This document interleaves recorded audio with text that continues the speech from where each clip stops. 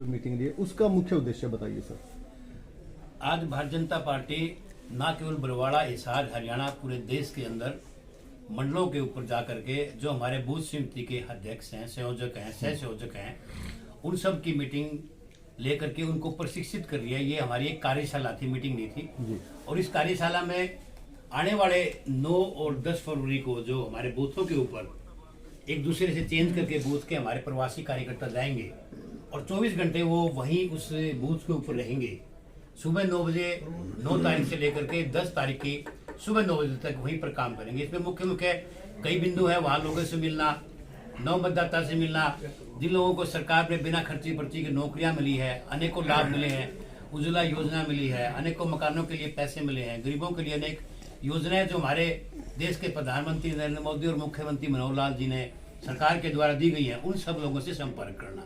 और 2014 और 2019 में पार्लियामेंट के अंदर उस बूथ के ऊपर हमारी क्या स्थिति थी और 24 में हमारी क्या स्थिति होगी, इस बारे में भी आकलन करना, सर्वे करना, लोगों से मिलना। वहाँ पर जो है ना, हमारे मुख्य जो लोग की वोटर हैं, कोई धार्मिक लोग हैं, पंचायती लोग हैं, सरपंच, एक्स सरपंच हैं, म्यूनिसिपल कमेटी के मेंबर हैं, एक्स मेंबर हैं, जिन्होंने चुनाव लड़ा है, ऐसे सब लोगों से मिलना और परिचय करना और उनको अपनी पार्टी की नीतियों के बारे में, देश के प्रधानमंत्री नरेंद्र मोदी और हरियाणा के मुख्यमंत्री मनोहर लाल की जो भी हमारी पॉलिसी रही है, हमारे जो सरकार ने काम किया है, उनके बारे में वहां पर जाकर के उनको बताना और उनसे चर्चा करना। आपने एक बात कही कि नए जो वोटर्स हैं उनकी तरफ ज्यादा ध्यान दिया जा रहा है, और थोड़े दिन पहले बरवाड़ा के गवर्नमेंट कॉलेज में अपने सुरेंद्र पुनिया जी ने भी इसमें एक प्रोग्राम रखा था, जहां आपका ज्यादा ध्यान नए वोटर्स की तरफ है। क्या किसान आंदोलन के दौरान हुए वो कांड, किसान आंदोलन के दौरान हुई जो वो मौतें, क्या उसका असर नहीं आपको देखने को नहीं लेगा? हमारे को नए वोटर संपर्क करने का उद्देश्य इसलिए भी है क्योंकि वो पहली बार वोट करने जा रहे हैं। हाँ।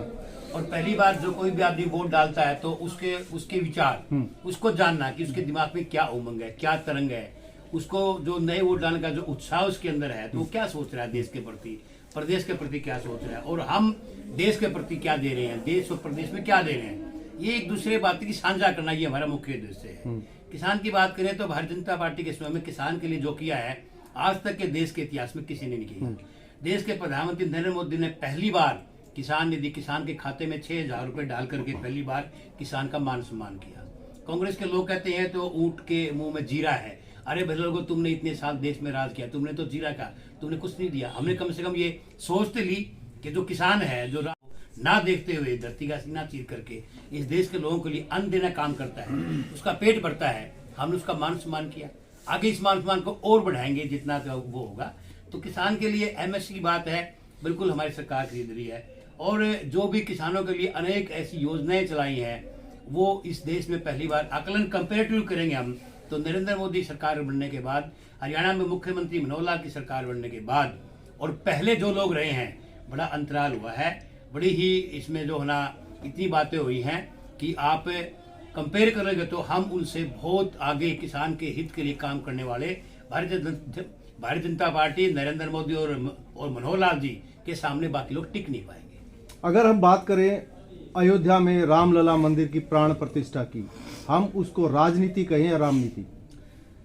मुझे बड़ा आश्चर्य होता है ऐसे लोगों के ऊपर जो लोग इस तरह की बात इस देश के अंदर कर रहे हैं कि हम उस प्राण प्रतिष्ठा समारोह में नहीं जाएंगे। अरे लगभग 500 साल से हमारे राम, जिसकी हिंदुस्तान ही नहीं संसार में लोग उसको पूजते हैं, उनमें आस्था रखते हैं, उनके बताए हुए मार्ग पर चलने का काम करते हैं, वो हमारे टेंट में रहे। और पहली बार जब वो अपने घर में, जब उनकी प्राण प्रतिष्ठा हुई और वहां लोग जाकर के उनके तरह तरह के इल्जाम लगा रहे, तुमने क्या किया। हमारी सरकार बनने के बाद इस बड़ा पेचीदा जो मैटर था, नरेंद्र मोदी जी ने उसको सुलझाने का काम किया। और लोग कहते थे खून की नदियां बह जाएंगी, एक चिड़िया ने पर नहीं मारा।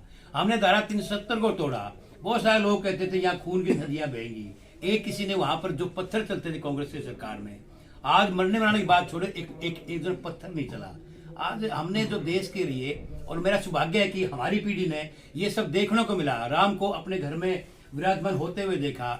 इस देश में दो संविधान को टूट करके हमने इस देश को एक करने का, 370-35 हो तोड़ करके इस देश में एकीकरण करने का जो हमने जो सपना था कि जो एक देश में 2 विधान 2 संविधान नहीं चलेंगे, जो हमारा मूल मंत्र था बीजेपी का, उसे हमने पूरा किया। और सब चीजें ठीक चल रही हैं, तो मैं तो कहता हूँ कि हमारे जो युग है, हमारी जो पीढ़ी है, हमारे बुजुर्ग, हम और हमारे छोटे बच्चे हैं, ये तो 3 पीढ़ियां 4 पीढ़ी इकट्ठी हैं। इससे बड़ा सौभाग्य हो नहीं सकता कि इस देश के प्रधानमंत्री जैसे हमारा जो वातावरण है सब धर्मों के अंदर बिल्कुल ठीक ठाक चल रहा है। कहीं कोई आज कहीं पर कर्फ्यू नहीं हो रहा है, आज की धार्मिक उन्माद नहीं हो रहा है, आज की धार्मिक झगड़े नहीं होते हैं। पहले अहमदाबाद हमेशा बंद रहता था, यूपी में आधे शहर बंद रहते थे, आज क्यों नहीं हो रहा है ऐसा? क्योंकि आज देश के प्रधानमंत्री ने सब धर्मों का एक किस्म से एकीकरण का काम किया, सब धर्मों को समझाना का काम किया, सब लोगों को बिठा करके उनके लिए नीतियां बनाई। तो आज सब लोग खुश हैं, कोई से नाराज नहीं है। और जिन लोगों ने किसी बात को मानना नहीं है, जिन लोगों ने राजनीति करनी है, वो हमारे ऊपर गलत आरोप लगा रहे हैं। कुछ लोगों ने ये कहा है कि समय से पहले रामलला की प्राण प्रतिष्ठा करना वोटर्स को लुभाने का काम किया गया है। ये वो लोग कह रहे हैं जो सुप्रीम कोर्ट में 25-25 वकील खड़े करके कहते थे कि राम मंदिर नहीं बनना चाहिए। जिन लोगों ने सुप्रीम कोर्ट में रोड़े अटकाए, ये कांग्रेस पार्टी के बड़े बड़े नेता थे, वहां पर वकील जो थे वो खड़े हुए थे इसके खिलाफ। वो ये कैसे बर्दाश्त करेंगे कि इस देश के अंदर हमारे जो हिंदू संस्कृति है, आज लगभग अनेक देशों के अंदर जो हमारे हिंदू धर्म के लोग हैं, आस्था रखते हैं, आज उनका जो भगवान राम है वो अपने घर में जो प्रतिष्ठा उसकी हुई है, वो कैसे लोग पचाएंगे इस बात को? आज की अगर बात करें तो आज जो भारतीय जनता पार्टी के कार्यकर्ताओं की जो आपने मीटिंग ली है, ये कहें कि भारतीय जनता पार्टी जड़ों से दोबारा मजबूत होकर 2024 में उतरेगी।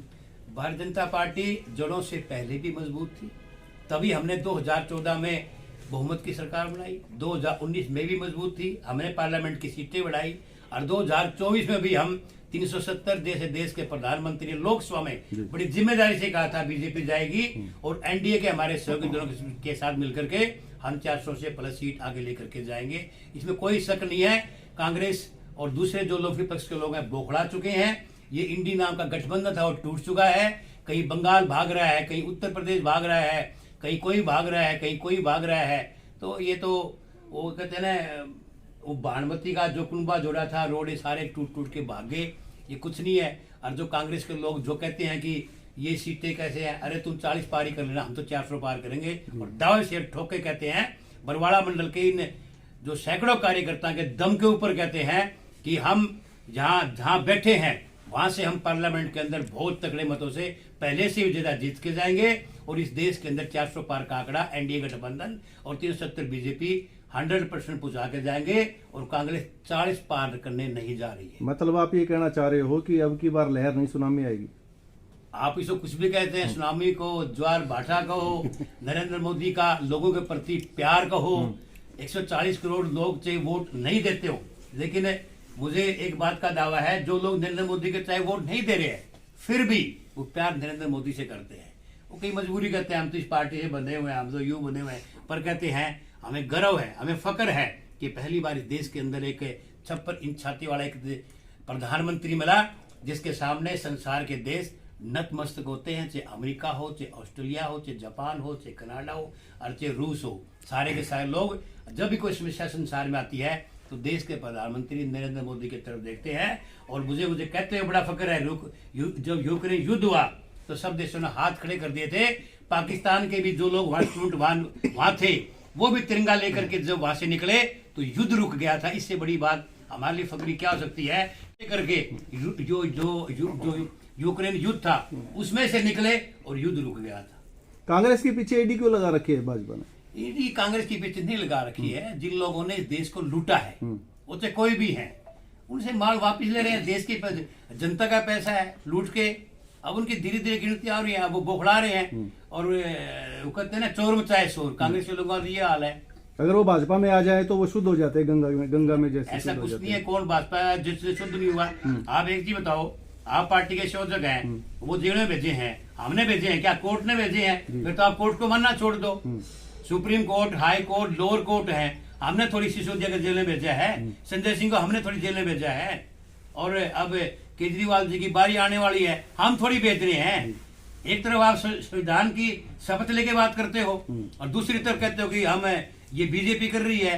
ये बीजेपी नहीं कर रही है, ये कोर्ट कर रही है, माननीय न्यायालय कर रहे हैं। केजरीवाल